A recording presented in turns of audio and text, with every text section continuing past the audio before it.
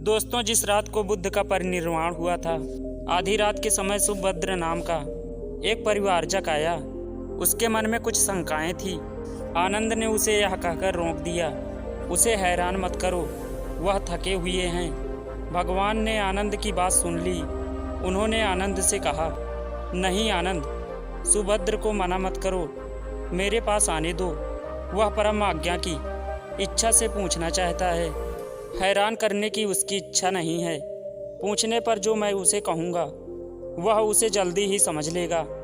मध्य रात्रि में, उस अवस्था में सुभद्र की तथागत से उपदेश सुनने का सौभाग्य मिला। एक बड़ी दुखियारी स्त्री थी।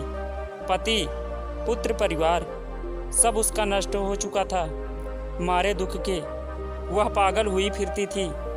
कपड़े पहनने का भी उसे होश न था। उसका नाम पटचारा था। एक दिन घूमते हुए बुद्ध के पास जैतवन आश्रम में आई। उस नंगी स्त्री को देखकर लोगों ने कहा, यह पागल है, इसे इधर मत आने दो। बुद्ध ने कहा, इसे मत रोको। जैसे ही वह पास आई, बुद्ध ने कहा, भगनी, स्मृति लाभ कर। स्त्री को होश आया। लोगों ने उस पर कपड़े डाल दिए, जिन्हें उसने ओढ़ लिया।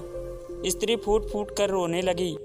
बुद्ध ने अपने उपदेशामृत से उसके शोक को दूर किया। बुद्ध का एक भिक्षु शिष्य था, वकल्ली। वह एक बार बीमार पड़ गया।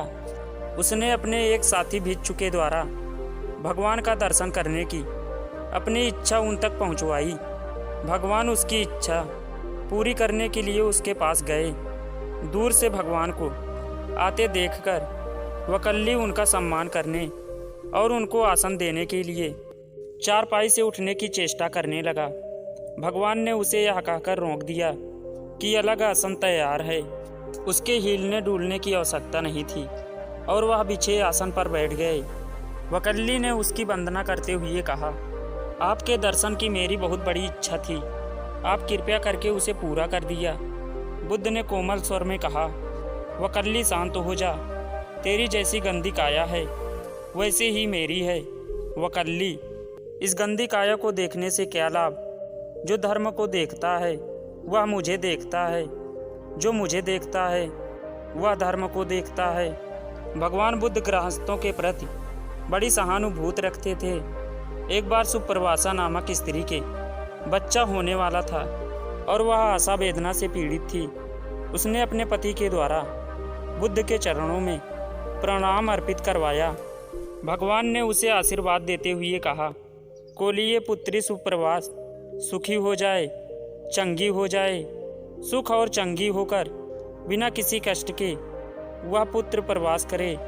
ब्राह्मणों के साथ भी उसकी पूरी सहानुभूति थी, जैसे कि विश्व के सभी प्राणियों के साथ उसकी पूरी सहानुभूति थी।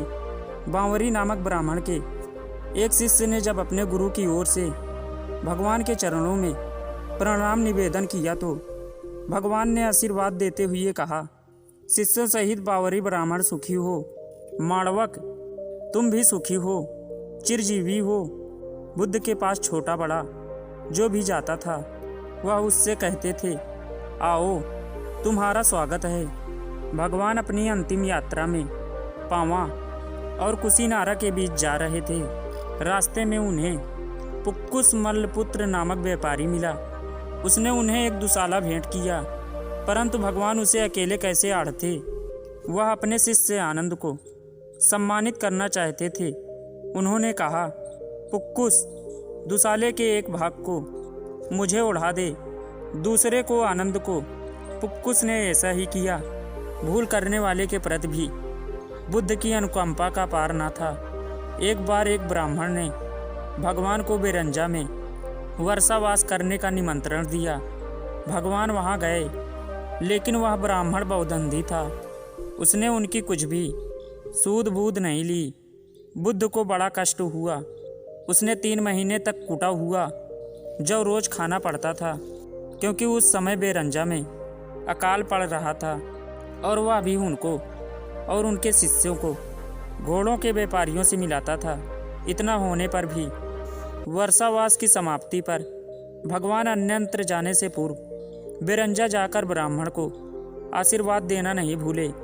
भगवान बुद्ध के जीवन में ऐसी अनंत घटनाएं मिलती थी, उनमें हमें उनकी मानवता के दर्शन होते हैं।